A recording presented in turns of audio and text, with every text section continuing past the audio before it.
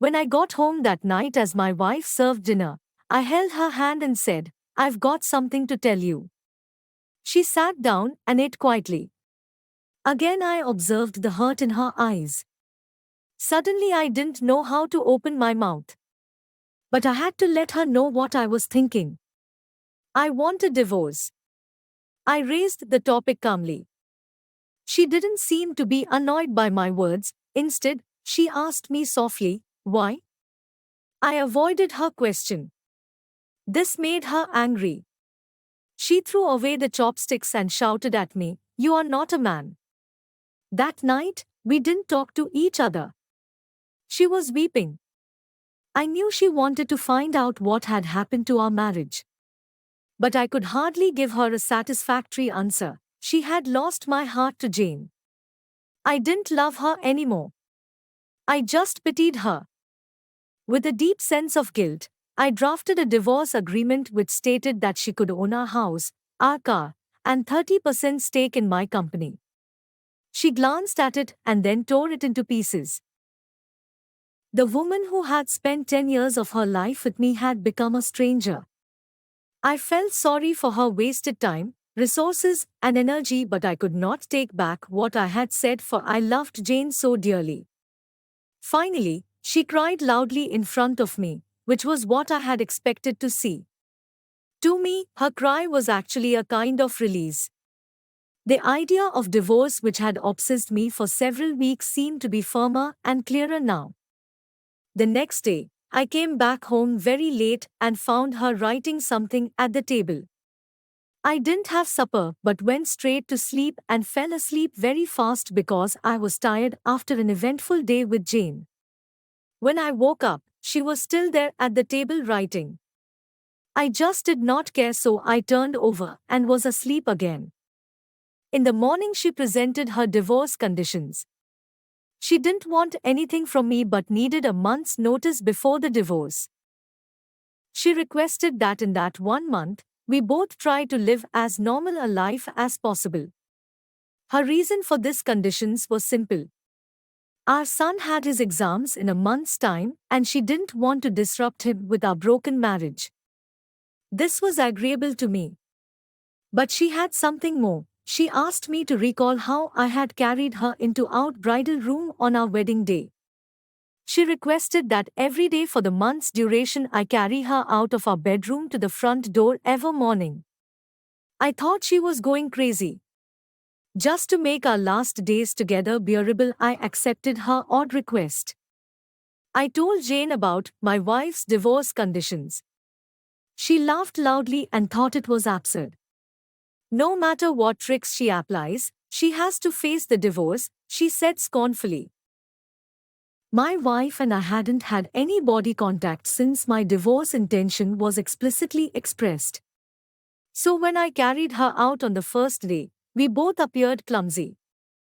Our son clapped behind us. "Daddy is holding Mommy in his arms." His words brought me a sense of pain. From the bedroom to the sitting room, then to the door, I walked over 10 meters with her in my arms. She closed her eyes and said softly, "Don't tell our son about the divorce."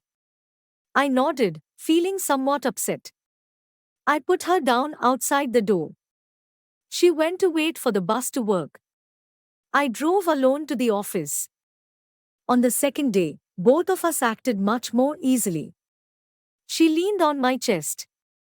I could smell the fragrance of her blouse. I realized that I hadn't looked at this woman carefully for a long time. I realized she was not young anymore. There were fine wrinkles on her face, her hair was graying. Our marriage had taken its toll on her. For a minute I wondered what I had done to her. On the fourth day, when I lifted her up, I felt a sense of intimacy returning. This was the woman who had given 10 years of her life to me. On the fifth and sixth day, I realized that our sense of intimacy was growing again. I didn't tell Jane about this.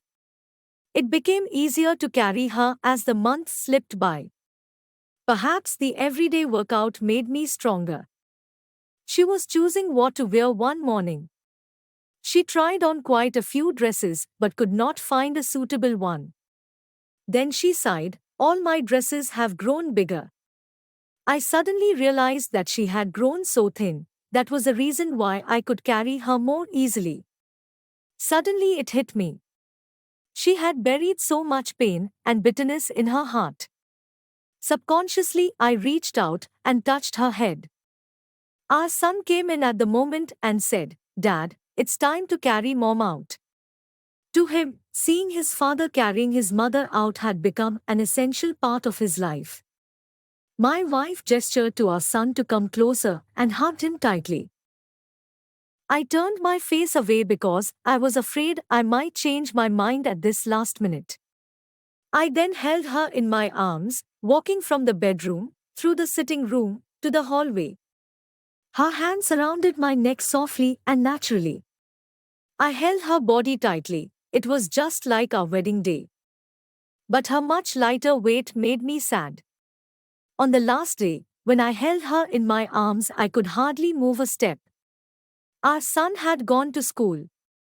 I held her tightly and said, I hadn't noticed that our life lacked intimacy. I drove to the office and jumped out of the car swiftly without locking the door. I was afraid any delay would make me change my mind. I walked upstairs. Jane opened the door and I said to her, "Sorry, Jane, I do not want the divorce anymore." She looked at me, astonished, and then touched my forehead. "Do you have a fever?"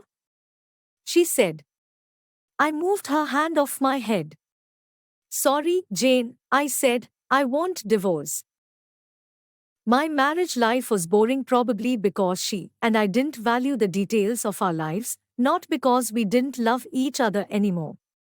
Now I realize that since I carried her into my home on our wedding day, I am supposed to hold her until death does us apart. Jane seemed to suddenly wake up. She gave me a loud slap and then slammed the door and burst into tears. I walked downstairs and drove away. At the floral shop on the way, I ordered a bouquet of flowers for my wife. The salesgirl asked me what to write on the card. I smiled and wrote, "I'll carry you out every morning until death does us apart." That evening I arrived home, flowers in my hands, a smile on my face. I ran upstairs, only to find my wife in the bed, dead.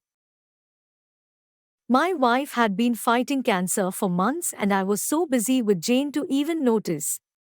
She knew that she would die soon and she wanted to save me from the whatever negative reaction from our son, in case we pushed through with the divorce. At least, in the eyes of our son, I'm a loving husband.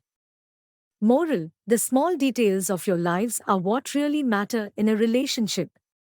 It is not the mansion, the car, property, the money in the bank. These create an environment conducive for happiness but cannot give happiness in themselves. So find time to be your spouse's friend and do those little things for each other that build intimacy. And have a real happy marriage.